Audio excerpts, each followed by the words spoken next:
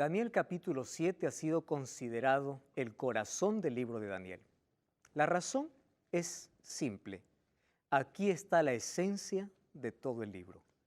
Porque si el tema principal es el gran conflicto, aquí vas a encontrar el conflicto entre el poder de Dios y el poder del enemigo. Bienvenido a Biblia Fácil. Gracias por estar allí reunido junto a la familia y con tu Biblia en mano. Solo quiero decirte algo con toda sinceridad y con todo mi corazón. El tema que tú vas a escuchar hoy probablemente puede herir un poco tu sensibilidad.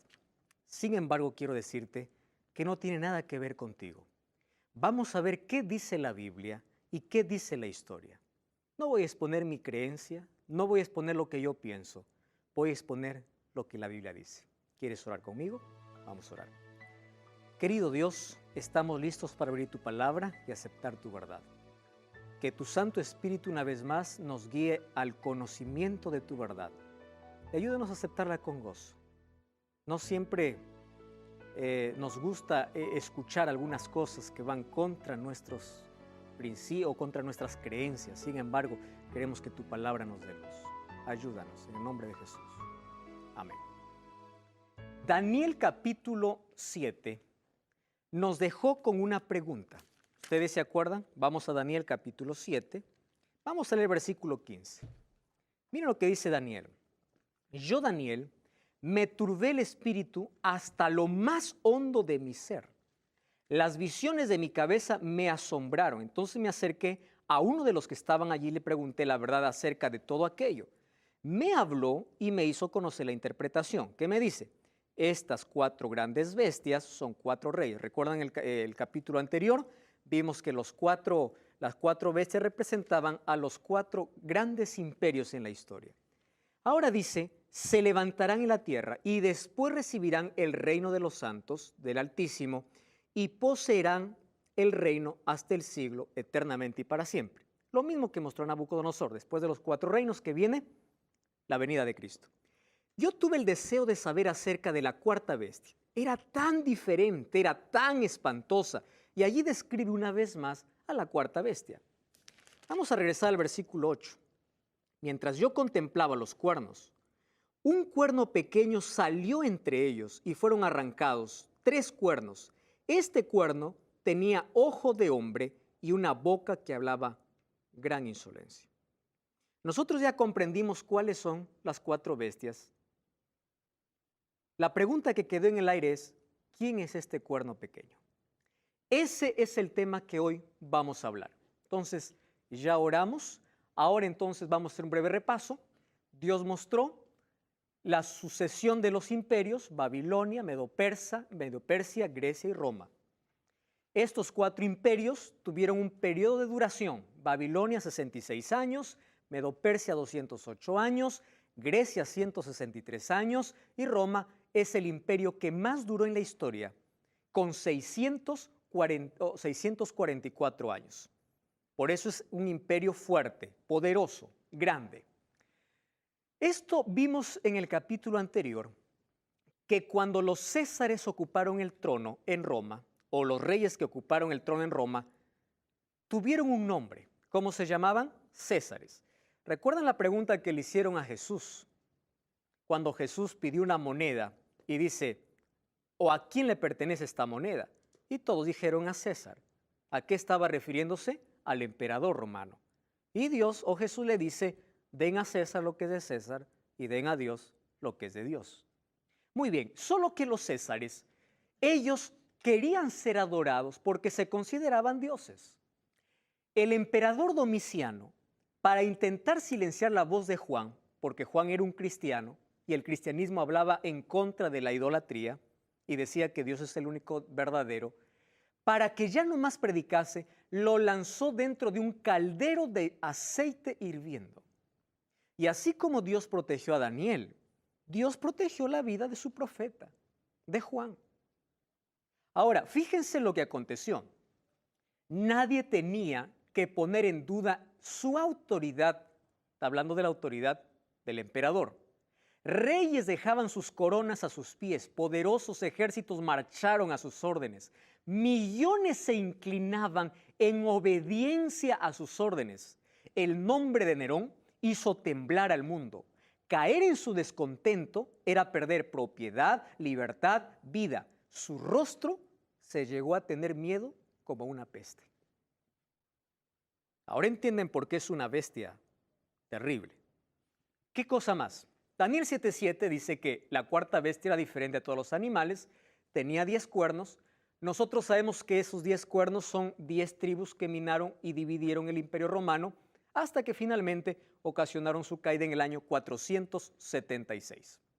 Ahora, Daniel 7:8 dice que estaba mirando los cuernos, tenía 10 cuernos y de pronto salió un cuerno diferente que tenía ojos.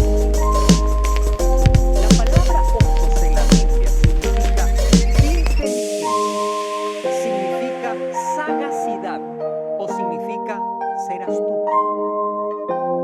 Cuando en Apocalipsis dice que se representa el Espíritu como alguien que está lleno de ojos, está hablando de la sabiduría plena de Dios.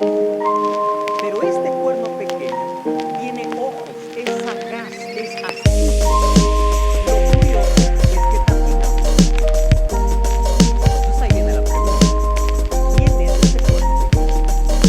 Entonces vamos a descubrir a través de la Biblia lo siguiente. Primero vamos a describir al cuerno pequeño según los textos. Número 1. El cuerno pequeño subió de entre los 10 cuernos. ¿Están de acuerdo conmigo? Estaban los 10 y ahí subió uno. ¿De qué animal? Del cuerno. Correcto. Solo que cuando subió arrancó ¿cuántos cuernos? 3. Número 2. Tiene ojos de hombre, boca que habla blasfemia. Hacía guerra contra los santos del Altísimo, dice el versículo 25, y los vencía. Y la tercera característica es que cambiará de ciencia. Eso es lo que dice acerca de cuando pequeño. Lo leemos.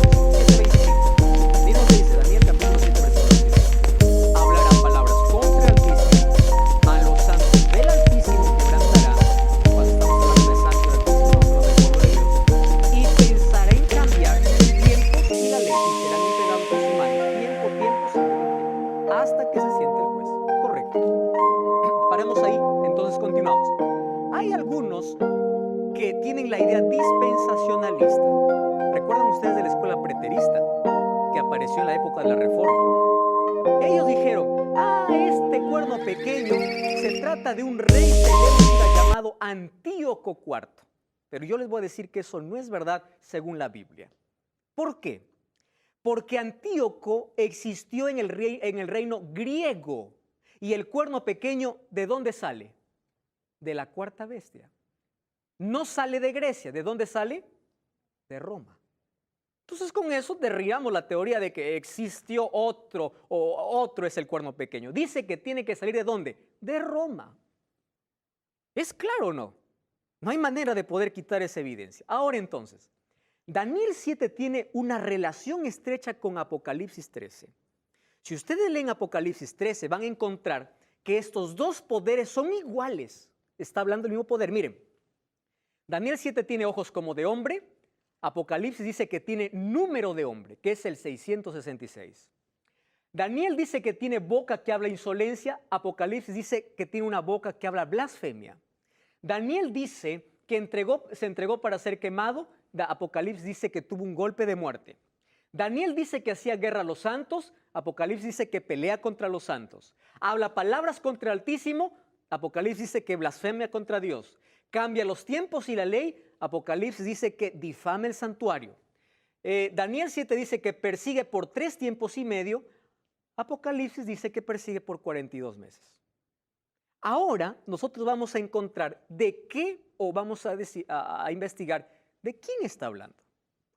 Porque si es mencionado en Apocalipsis, quiere decir que es un poder que no es un poder que actuó en el pasado, sino un poder que actúa y actuará ¿en qué momento? En el tiempo del fin. ¿Correcto? Muy bien, entonces vamos aquí. Primera característica. Para poder descubrir, yo no puedo decir así nada más, es tal, ¿verdad? El cuerno pequeño. Hay que ver las características, y las características no dicen quién es. Daniel 7:8 dice que fueron, cuando nació este cuerno, 3 fueron arrancados. ¿Recuerdan este texto? Está, muy bien. Vamos a ver quién fue arrancado cuando nació. Miren, ¿Recuerdan las 10 tribus bárbaras cuando dominaron Roma? Hasta aquí nos hemos quedado. Ahora les explico algo.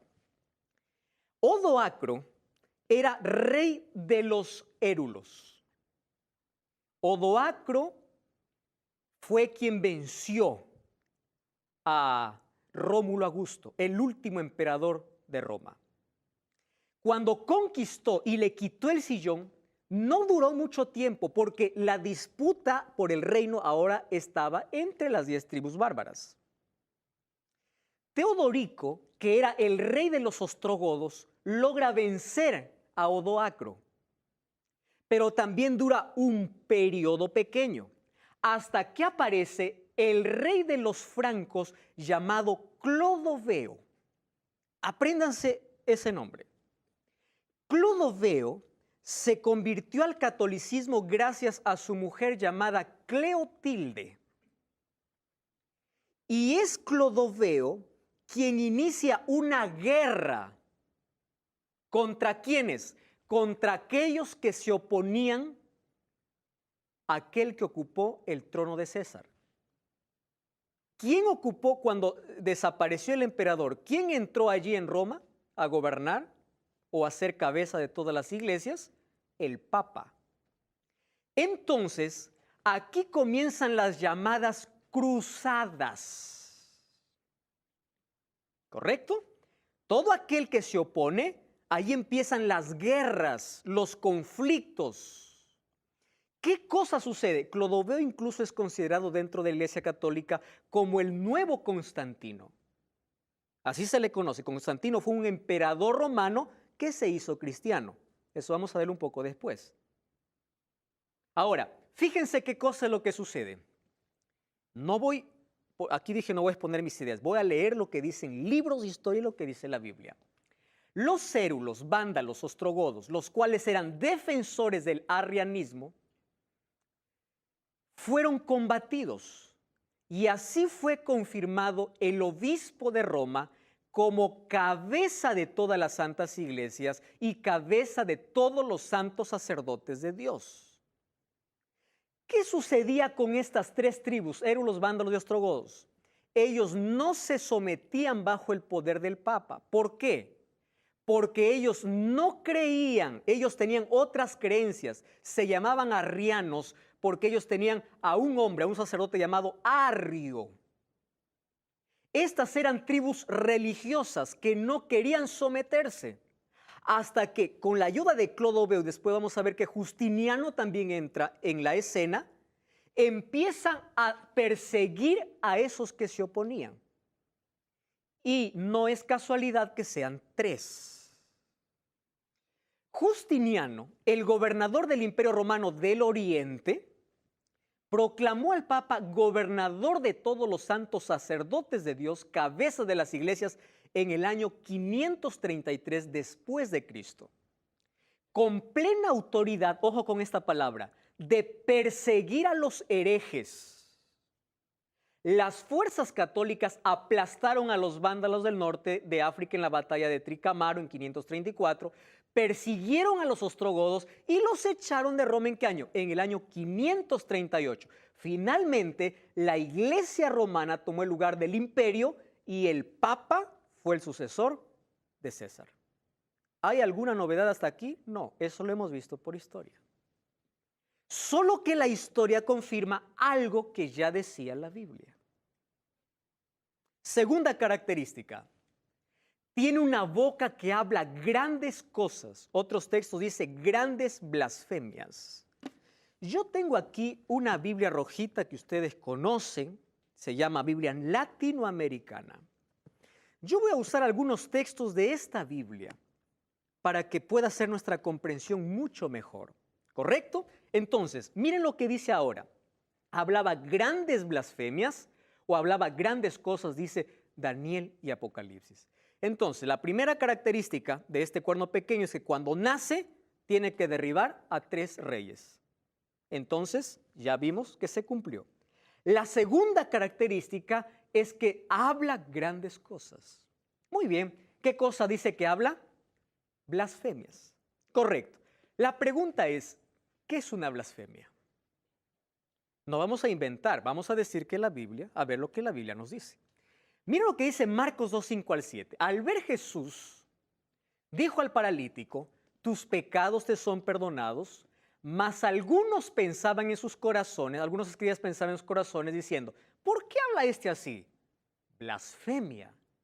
¿Quién puede perdonar pecados si no solo Dios? Ahora, eso está en la Biblia. Ahora solo les pregunto a ustedes, ¿a qué llama blasfemia la Biblia? A alguien que se atreve a perdonar pecados que no sea Dios. ¿Están de acuerdo? No lo digo yo, dice la Biblia. Ahora, fíjense lo que les voy a decir. Lo que voy a leer no sale de mi cabeza, sino esto se dijo en el canon católico, está escrito en el canon católico del Concilio de Trento. Presten atención aquí.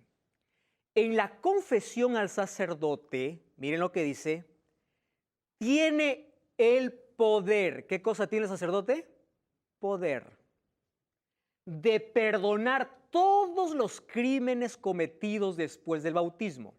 Cuando un delincuente confiesa sus pecados al sacerdote, todos los delitos no solo son perdonados, sino son destruidos y el criminal se convierte en una nueva persona, en un santo. Pregunto, ¿quién es el que santifica al pecador? Dios no. ¿Quién lo hace?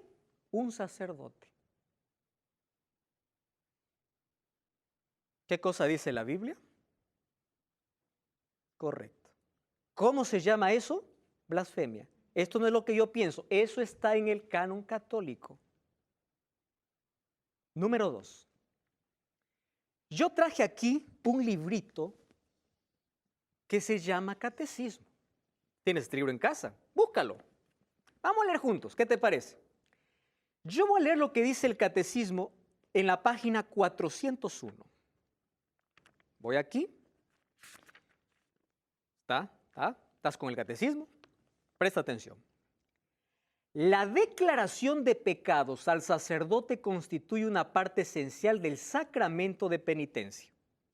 Los penitentes deben hacer la confesión y enumerar todos sus pecados mortales que tienen conciencia después de examinarse seriamente, aun cuando sus pecados sean secretos. Espera un poco.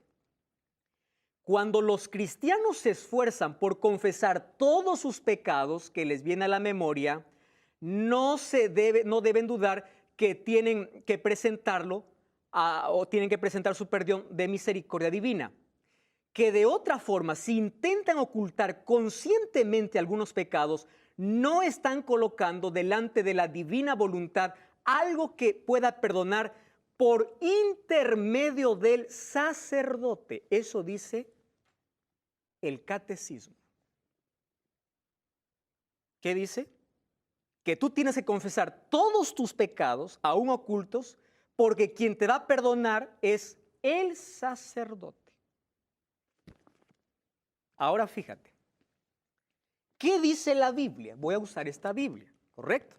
Vamos a 1 Timoteo capítulo 2, versículo 5. Vamos a 1 Timoteo capítulo 2, versículo 5.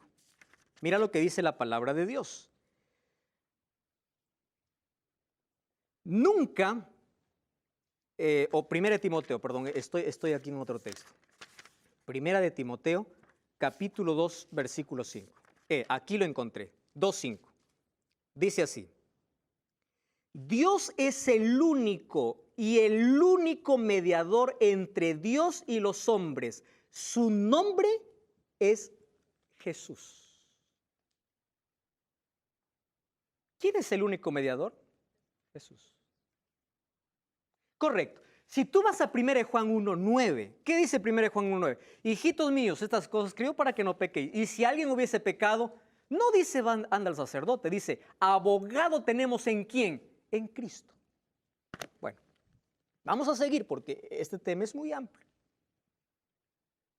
Entonces, tú tienes para elegir, ¿correcto? Aquí tienes dos opciones. Lee esto y lee también esto. Te lo digo con tanto amor. Número 2. ¿Qué más es blasfemia según la Biblia? Mira, Juan 10, 30 al 33 dice, yo y el Padre uno somos. Entonces los judíos volvieron a tomar piedras para apedrearle y Jesús le respondió, muchas buenas obras os he mostrado de mi Padre, ¿por cuál de ellas me apedrean? Le respondieron los judíos diciendo, por buena obra no te apedreamos, sino por blasfemia. Solo que aquí ellos se equivocaron. ¿Pero ellos de qué le están acusando a Jesús? De blasfemia. ¿Qué cosa es blasfemia? Porque tú siendo hombre te haces pasar por Dios. ¿Jesús era Dios, sí o no? Sí era Dios. ¿Pero qué cosa es blasfemia en un concepto bíblico? Aquel que siendo hombre se hace pasar por Dios. Vamos a ver qué dice la historia. Eso dice la Biblia. Una vez más, esto dice la historia. El Papa León XIII dijo lo siguiente, eso está registrado en el libro de historia. Los papas tenemos sobre la tierra el lugar de Dios Todopoderoso. Miren lo que dice el Diccionario Eclesiástico Católico. Este es un artículo que tomamos de allí. En el artículo del Papa dice así, el Papa es de tan grande dignidad y exaltación que no es un mero hombre, ¿correcto? ¿Están entendiendo esto? Sino es como Dios, ¿y qué dice? Y sustituto de Dios. No me estoy inventando esto. Siguiente, el Papa es de tan grande autoridad y poder que puede, ojo, modificar, ¿qué cosa intentaría hacer? Modificar, ¿verdad? Modificar, explicar e interpretar las leyes divinas, cualquiera que sea, es Dios. El vicario de Cristo no puede hacer nada contrario a la fe.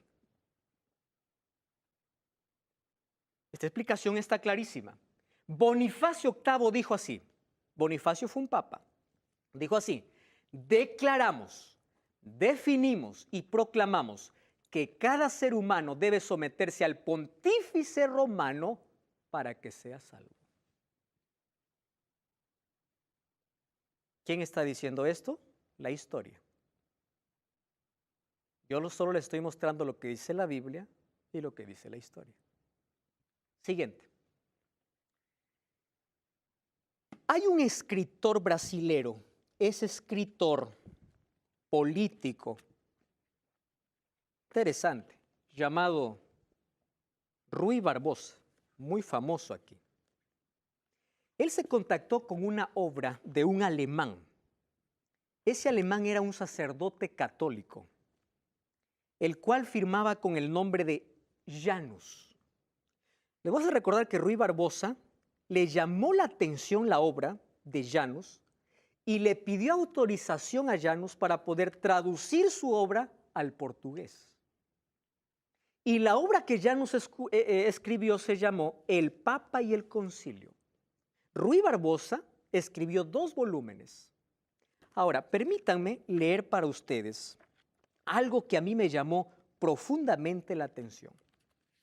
Esto es el texto que él habla de la investigación o del libro que ya estaba traducido de un católico. Miren lo que dice aquí. Investido de supremacía tan vasta cuanto el universo moral, científico, social y político, quedó siendo el pontífice romano una segunda encarnación de Cristo.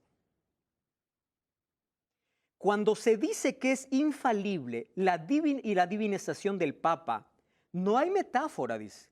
Aquí no es que dice una cosa y se debe interpretar otra cosa. No, dice, es un enunciado literal. El Papa es Jesucristo en la tierra. Y dice así, y relativamente al Cristo en cuanto a autoridad para con Dios y su Padre. Yo voy a leer un poco más. Hay un formulario que se llama Un acto de fe para los nuevos católicos convertidos al papismo, elaborado por los jesuitas en el año de 1674. Miren lo que dice aquí. Confesamos y creemos que el pontífice romano es el vicario de Jesucristo y que puede a su bondad absolver a los hombres del pecado, preservándolos del infierno y puede enviarlos a la vida. ¿Y qué más dice? confesamos que todas las nuevas instituciones creadas por el Papa, aquí dice, son divinas y santas. ¡Wow! Confesamos que el Santísimo Padre debe recibir las honras divinas. Siguiente. Confesamos que el Pontífice Romano tiene el poder de alterar las Escrituras. Ojo lo que dice. Quitarlas según su conveniencia, porque Él es Dios. ¿Y saben qué cosa es lo que más me llama la atención? Miren lo que dice el artículo 21. Confesamos que la Escritura, la Biblia, es santa, pero es imperfecta. Y no pasa de ser una letra muerta desde que no hay una explicación por el pontífice romano. ¿Quién da vida a la Biblia? El pontífice.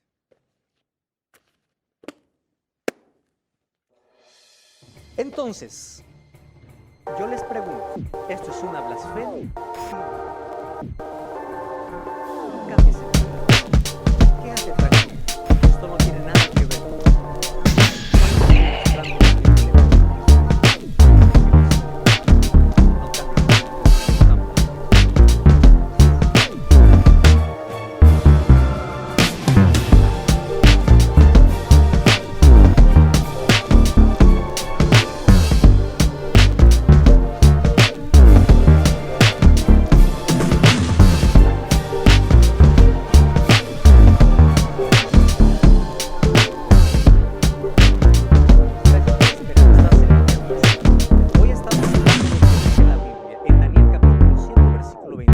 Para descubrir a la luz de la Biblia quién es el cuerno pequeño.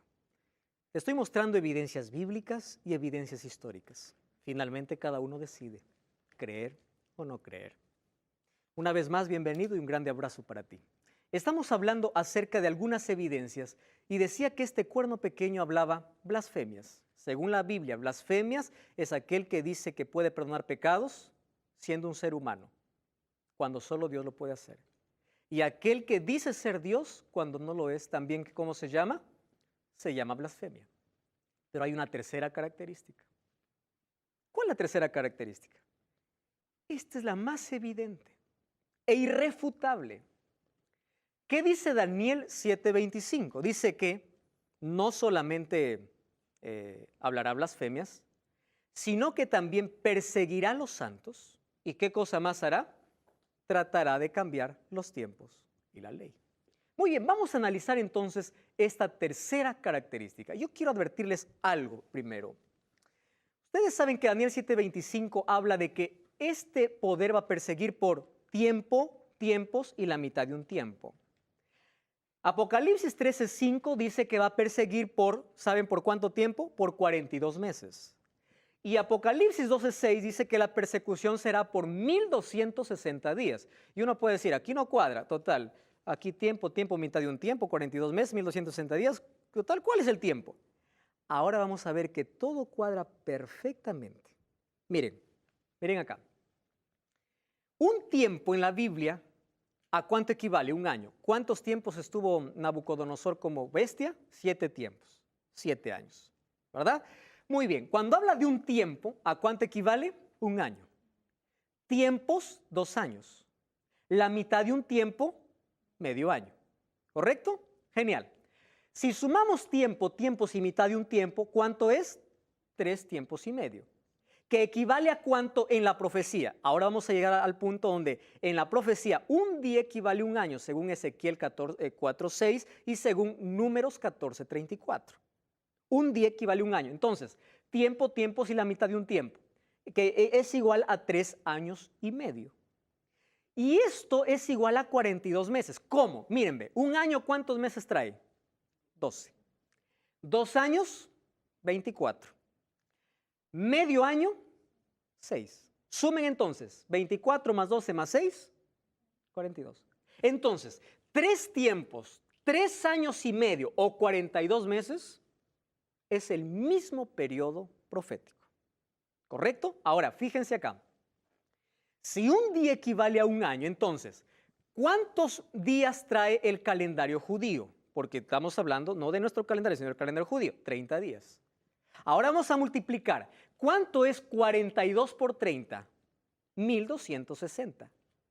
Si nosotros aplicamos aquí el término que un día equivale a un año, entonces, al hablar de 1260 días, estamos hablando de 1260 años. Es lo mismo que tiempo, si la mitad de un tiempo da 1260 años. ¿Qué ocurrió en el año 538? ¿Recuerdan? La última tribu enemiga fue destruida. ¿Y saben qué cosa pasó desde el año 538?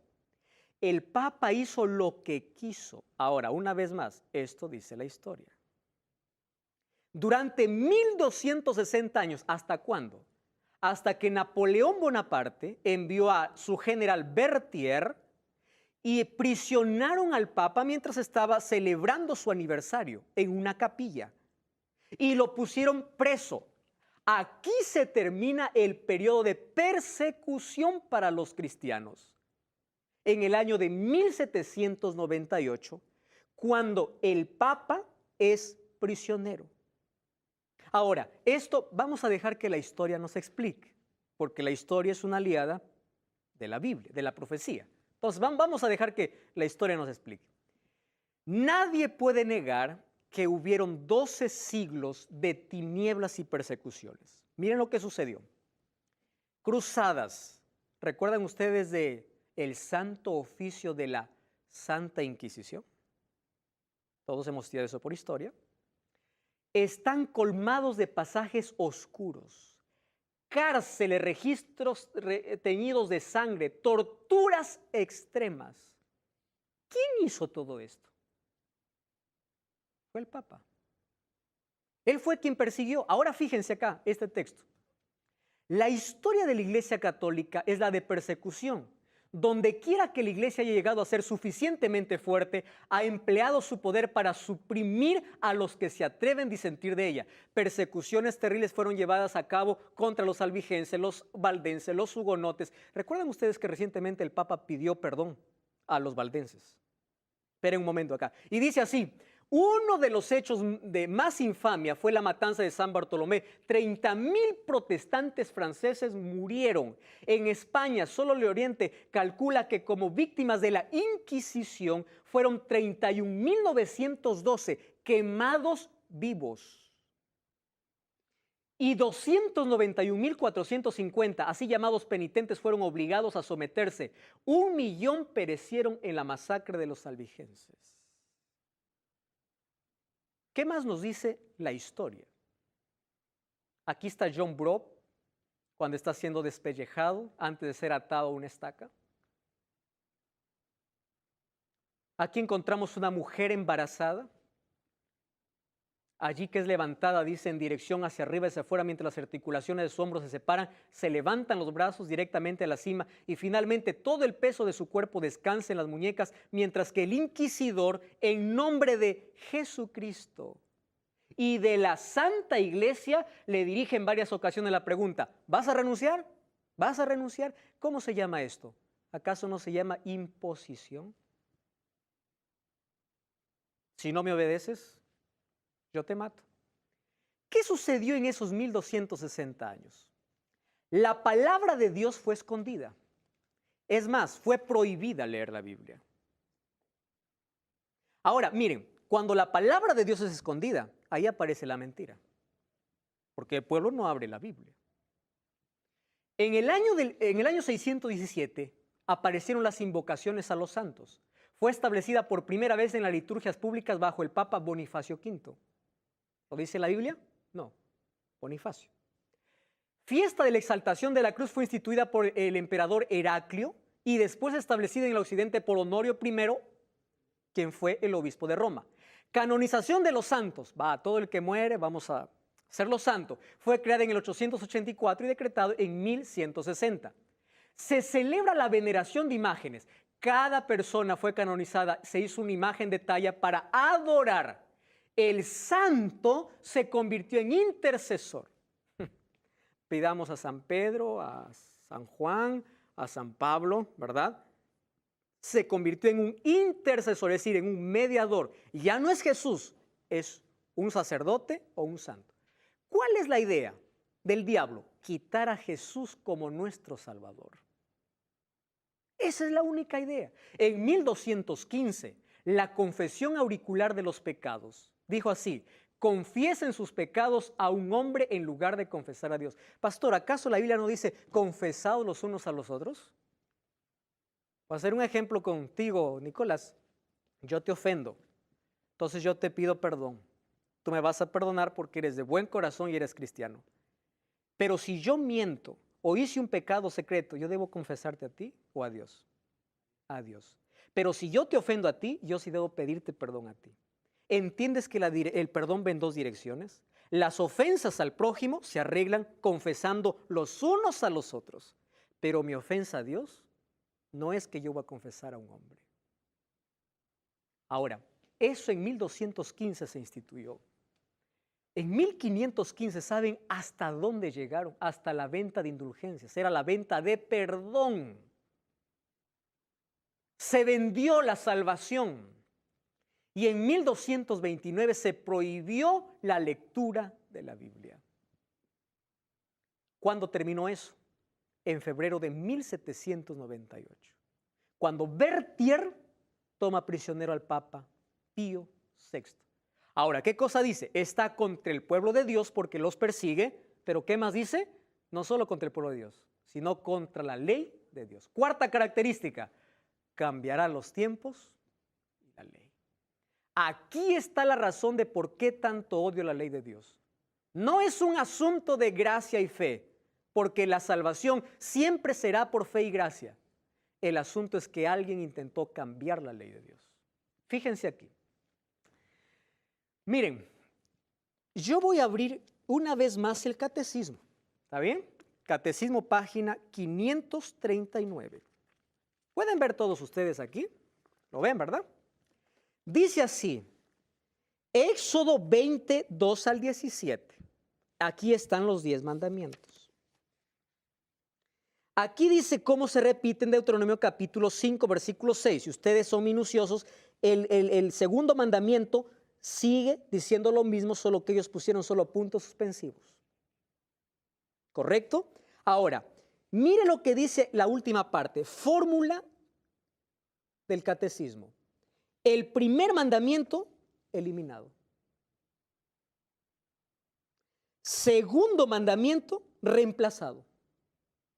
¿Por qué lo quitaron? Porque habla de adoración.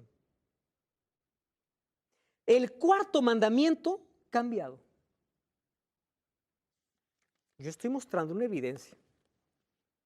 Permítanme tomar la Biblia. Éxodo capítulo 20. Mira lo que dice. Aquel que dice no, la ley ya fue clavada. Vamos a ver si fue clavada. Éxodo capítulo 20. Dice así. Voy a leer esta Biblia porque a mí me encanta. Esta es la mejor versión que yo puedo leer. Dice así.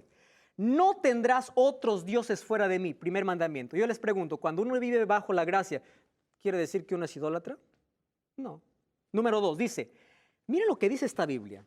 No te harás estatua, ni imagen alguna de lo que hay arriba en el cielo, bajo en la tierra y bajo en las aguas de la tierra.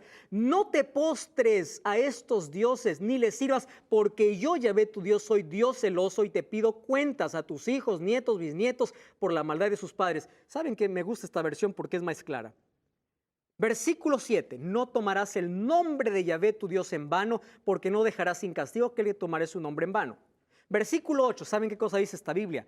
Acuérdate del día sábado para santificarlo. Aquí no dice reposo, acá dice sábado. Muy bien. Entonces, yo tengo aquí dos cosas. El catecismo que me dice una cosa, en lugar de guardar el sábado, me dice, santifica las fiestas. Ustedes ya saben a dónde nos lleva una fiesta, ¿verdad?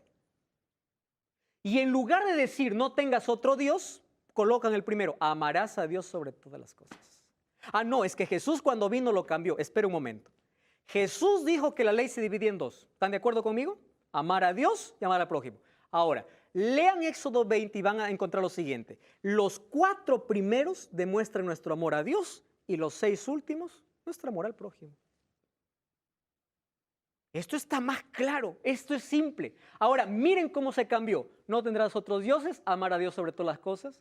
Ahora, el segundo mandamiento de las imágenes lo quitaron. El mandamiento donde dice acuérdate del sábado, le pusieron honra al padre y madre. Y para que cuadre, el 10º mandamiento lo dividieron en 9º y 10º, para que llegue a 10. ¿Saben ustedes quién dio el primer decreto dominical? Constantino. Esto no se trata de resurrección, queridos. Se trata de un emperador que se convirtió al cristianismo llamado Constantino en el año 321, un 7 de marzo. Lo que dijo, deben los magistrados y personas residentes en ciudades reposar y todos los talleres deben cerrarse en el venerable Día del Sol. En inglés, ¿cómo es domingo? Sunday, Sunday. ¿Qué significa? Día del Sol. En la Biblia, el domingo es considerado primer día de la semana, según Lucas capítulo 23. Constantino, adoraba el sol, pero cuando ingresó o se hizo cristiano por conveniencia, trajo las costumbres paganas y lo dejó en el cristianismo. Lo que hizo el Papa solamente es ratificar y decir, vamos para adelante. Así son las cosas. Por más que queramos poner cualquier otra cosa en contra. Miren lo que dice aquí el Catecismo de la Iglesia Católica, ahora le doy la referencia. Pregunta, ¿cuál es el 7º día? Respuesta, el sábado es el 7º día. Número 2, pregunta, ¿por qué observamos el domingo en lugar del sábado? Respuesta, porque la Iglesia Católica transfirió la solemnidad del sábado al domingo. ¿Quién lo hizo? ¿Dios? ¿Qué cosa dice la profecía? Cambiará los tiempos y la ley. Aquí está la referencia. Miren lo que dijo este cardenal James Gibson. Dijo así, usted puede leer la Biblia de Génesis a Apocalipsis y no encontrará ni una línea autorizando la santificación del domingo. 108 versículos de la Biblia hablan del sábado. 8 hablan del domingo como primer día de semana. La Escritura refuerza la observancia del sábado. La Iglesia Católica, por más de 1000 años antes de la existencia de un protestante, por virtud de su divina misión, cambió el día de reposo del sábado al domingo. Ellos reconocen. Y ustedes quieren saber cuál es la mayor evidencia. Yo les voy a enseñar un libro, lo tengo acá. Este libro es una investigación histórica sobre el cambio del día de reposo. ¿Saben quién escribió este libro?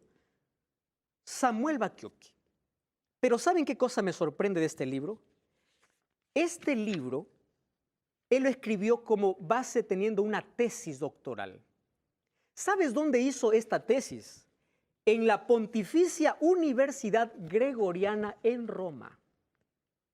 Él se atrevió a hacer en una universidad católica gregoriana una tesis diciendo cuál es el verdadero día de reposo. La tesis fue aprobada y tiene el imprimatur del Vaticano. Quiere decir, fue aprobada su tesis. ¿Y saben qué cosa dice la tesis? Dice que quien cambió el sábado a domingo fue la Iglesia Católica. Y el Vaticano, al poner su imprimatur, ¿qué cosa estaba diciendo? Reconocemos, es verdad, somos nosotros. Entonces yo quiero dejar solo una pregunta hoy. ¿Quién es el único que merece nuestra adoración? Jesús dijo, si me amas, guarda mis mandamientos. Querido, la ley no salva a nadie. Tú y yo somos salvos por gracia de Jesús. La ley, la observancia de la ley o los mandamientos no salvan. No son la causa, son el efecto. Por eso dijo, si me amas, somos salvos por la gracia. Apocalipsis 14:12 dice, aquí está la paciencia de los santos, los que guardan los mandamientos de Dios y tienen el testimonio de Jesús. Mateo 5:17 dice, no penséis que he venido a anular la ley de los profetas. Hasta que pase el cielo y la tierra, no pasará ni una jota ni una tilde. Querido, yo fuera un legalista si te dijera, guarda la ley para salvarte. Yo no hablo eso. La ley no salva. La ley solamente es una demostración de amor de aquel que quiere ser obediente a Dios por amor. Tienes dos opciones. ¿A quién eliges? ¿Catecismo o la Biblia? Constantino o Dios. Mientras piensas eso, escucha lo que dice Conexión Cielo.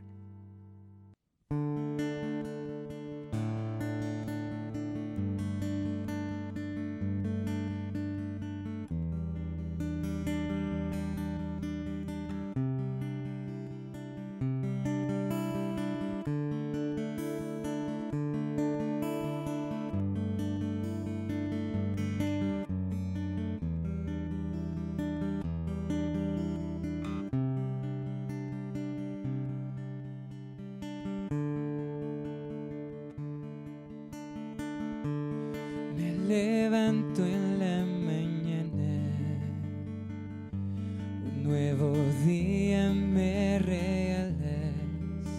Solo quiero estar aquí, junto a ti, mi Dios eterno. Quiero que tú seas el centro y vivir por ti.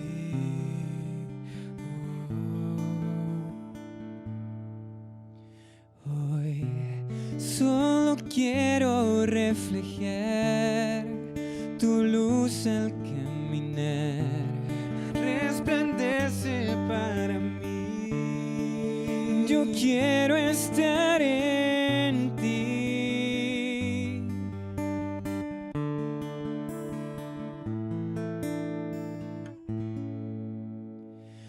Ven con tu gloria y tu poder. Junto a ti yo puedo ser más de lo que soñé. Ven, quiero estar junto a ti, poder cada día oír tu voz hablando en mí. Cada día acercarme más a ti.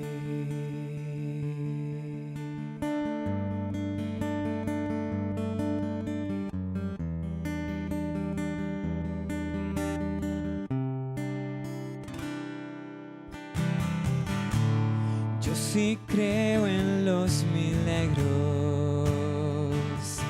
Nace en mí algo distinto que no tiene explicación. Eres tú, no quedan dudas.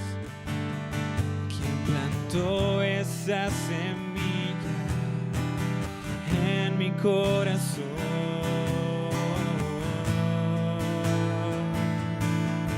Y yo solo quiero siempre estar contigo, nada más. Es que tú eres tan real. De ti no me quiero apartar.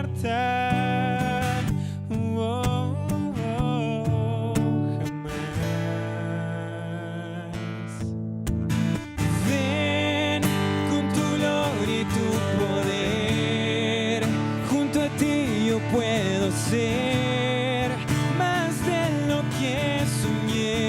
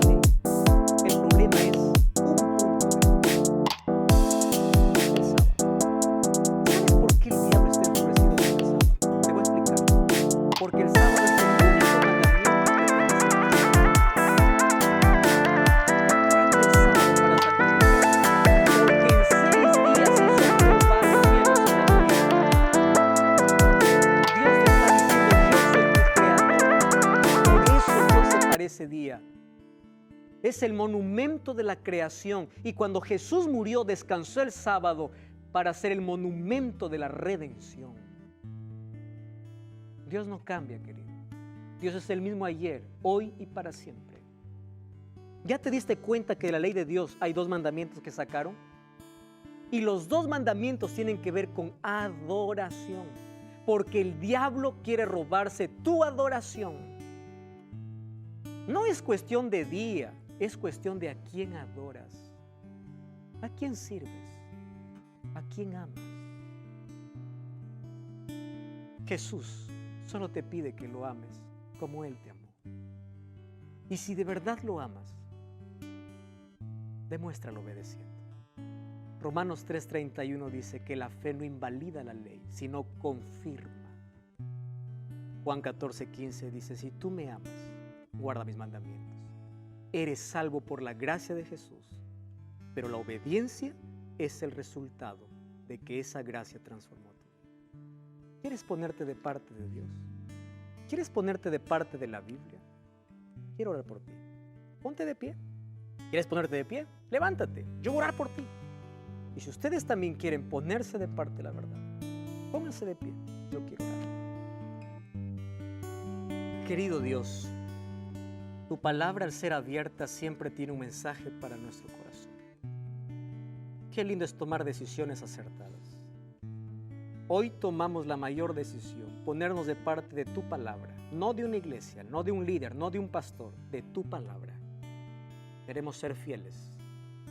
Ayúdanos a demostrar nuestro amor, a demostrar que esa gracia que recibimos transforma nuestra vida, sometiéndonos a tu voluntad mediante la obediencia. Enséñanos a vivir cada día por Jesús. Enséñanos a amar tu palabra y vivir tu palabra. En el nombre de Jesús. Amén. Pueden sentarse. Y tú tomaste esta decisión. Yo te espero este sábado. Busca una iglesia adventista. Espero para darte un abrazo. Y si tomaste una decisión, escríbeme ahora mismo. Yo quiero saber de ti. Quiero orar por ti. Te mando un grande abrazo. Que Dios te bendiga. Te espero la siguiente semana aquí en Biblia Fácil.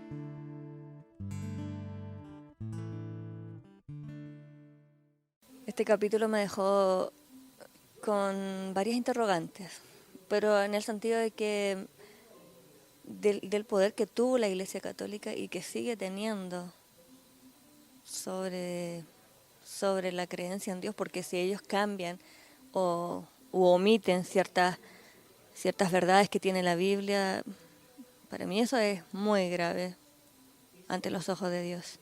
Eso me deja bastante impactada, que siga teniendo el peso que tuvo siglos atrás y lo siga teniendo hoy. Ver cómo nos han estado engañando durante muchos años y durante el tiempo. Bueno, quiero decir que la Iglesia Católica nos sigue engañando y diciéndonos tantas mentiras. No guardar el sábado. Y bueno, yo soy católico y me siento muy desilusionado con él, con tanta mentira que nos han dicho. Bueno, no quería soy bautizado por la Iglesia Católica de niño, pero ahora sé el rumbo que seguir. Y me siento que voy a ser bautizado nuevamente y cambiar mi rumbo en mi vida. Bueno, la verdad me impresiona, ¿verdad?, cómo la Iglesia Católica está tratando de cambiar los mandamientos, las leyes de Dios, que como de acuerdo a su conveniencia empieza a cambiar la mentalidad de las personas para alejarnos de lo que es la palabra de Dios, ¿verdad? Que es muy impresionante cómo las cosas van aconteciendo y, como te digo, muy, muy impactante.